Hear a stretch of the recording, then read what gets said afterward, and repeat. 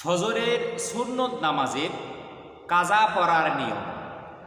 এবার শুনি অবাক হচ্ছেন, তাই না? আমরা জানি ফরজ এবং ওয়াজিব নামাজের কাজা করতে হয়, কাজা আদায় করতে হয়, কিন্তু সুন্নত নামাজের কাজা আদায় করতে হয় এটা কিন্তু আমরা অনেকেই জানি না।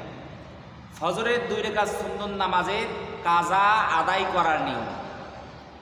আমি অনেক সময় মসজিদে এসে দেখি ফজরের জামাত শুরু হয়ে গেছে, তখন আমরা সরাসরি জামাতে শামিল হয়ে যাই, জামাতের সহিত আমরা নামাজ পড়ি।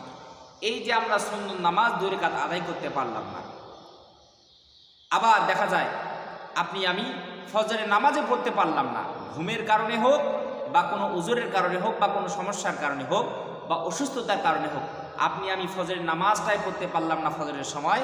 এটা দেখা গেল ওই দিন সূর্য উদয় হওয়ার পর 8টার সময় বা 10টার সময় বা 12টার সময় আমি এই ফজরের কাজা নামাজটা আদায় করি। কিন্তু এই যে 2 রাকাত সুন্নত নামাজ, এই 2 রাকাত সুন্নত নামাজের কোন কোন সময় কাজা আদায় করতে হয়, কোন কোন সময় কাজা আদায় করতে হয় না, এই সম্পর্কে আজকে আমরা আলোচনা করব ইনশাআল্লাহ। কারণ বিষয়টা কিন্তু অত্যন্ত গুরুত্বপূর্ণ আমার ভাইগণ, বন্ধুগণ। আমার এই ফজরের 2 রাকাত সুন্নত নামাজ এত দামি, এত ফজিলত। হযরতে মা আয়েশা সিদ্দিকা রাদিয়াল্লাহু তাআলা আনহা বলেছেন, বিশ্বনবী সাল্লাল্লাহু আলাইহি ওয়াসাল্লাম বলেছেন, আসমান এবং জমিন এবং এই আসমান জমিনের মধ্যে যা কিছু রয়েছে তার থেকে উত্তম হলো ফজরের 2 রাকাত সুন্নত নামাজ। আল্লাহু আকবার, আল্লাহু আকবার। আসমান জমিন এবং এর মধ্যে যা কিছু রয়েছে তার থেকে দামি হলো ফজরের 2 রাকাত সুন্নত নামাজ। সুবহানাল্লাহি বিহামদিহি। এজন্য এই 2 রাকাত সুন্নত নামাজ আমাদের কখনো ছেড়ে দেওয়া যাবে না। আমার ভাইগণ, বন্ধুগণ, আমার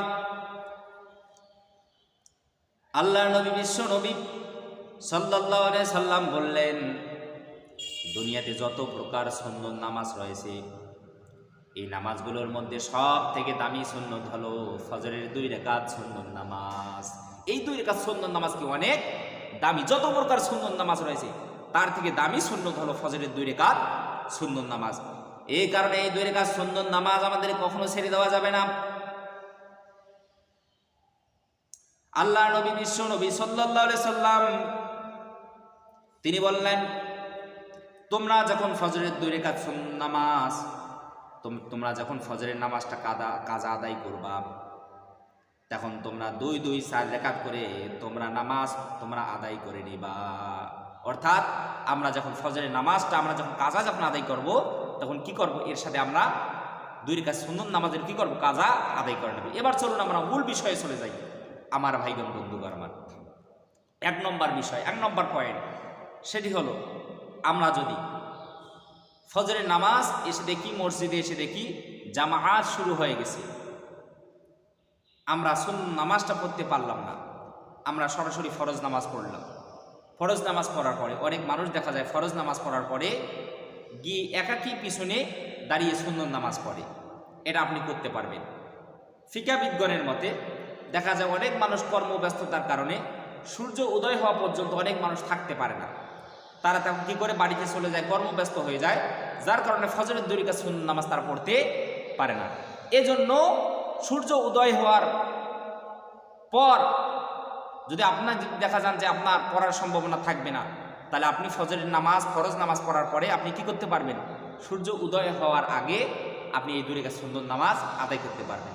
তবে বিশ্ব নবী সাল্লাল্লাহু আলাইহি ওয়াসাল্লামের হাদিস মোতাবেক উত্তম হলো, বেহতের হলো, শ্রেষ্ঠ হলো ফজরের আগে যদি আপনি সুন্নত নামাজ পড়তে না পারেন, তাহলে সূর্য উদয় হওয়ার পর আপনি কি করবেন, সুন্নত নামাজ 2 রাকাত আদায় করে নেবেন। এটাই কি সব থেকে উত্তম।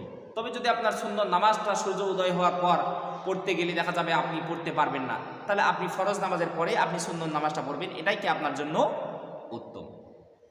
এরপরে যে বিষয়টা, মূল বিষয়, সেটি হলো আমার অনেক সময় ফজরের নামাজটা কাজা হয়ে যায়। কাজা কেমন কাজা?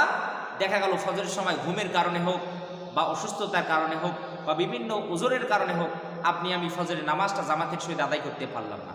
দেখা গেল 10টার সময় ঘুম থেকে উঠলাম বা 8টার সময় ঘুম থেকে উঠলাম বা ঘুম থেকে উঠে দেখলাম যে ফজর পার হয়ে গেছে, সূর্য উঠতেছে।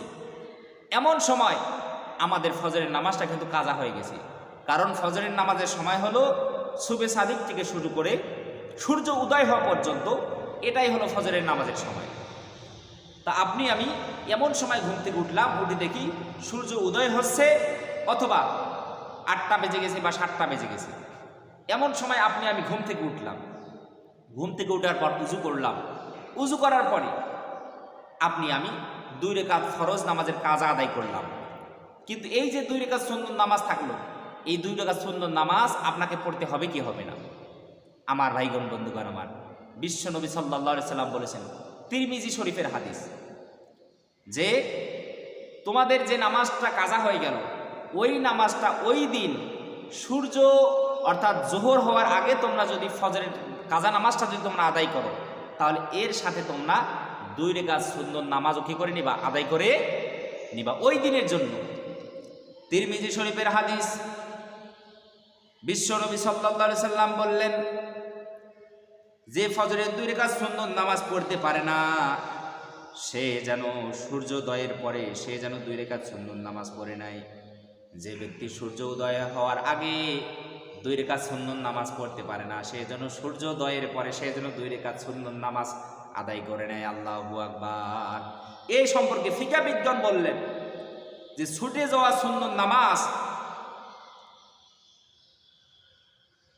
ওই ব্যক্তি যখন সে ফজরের ফরজ নামাজের সে যখন কাজা যখন আদায় করে, ওই দিন জোহরের আগে সে যখন এই কাজা নামাজ যখন আদায় করে, সে কি করবে?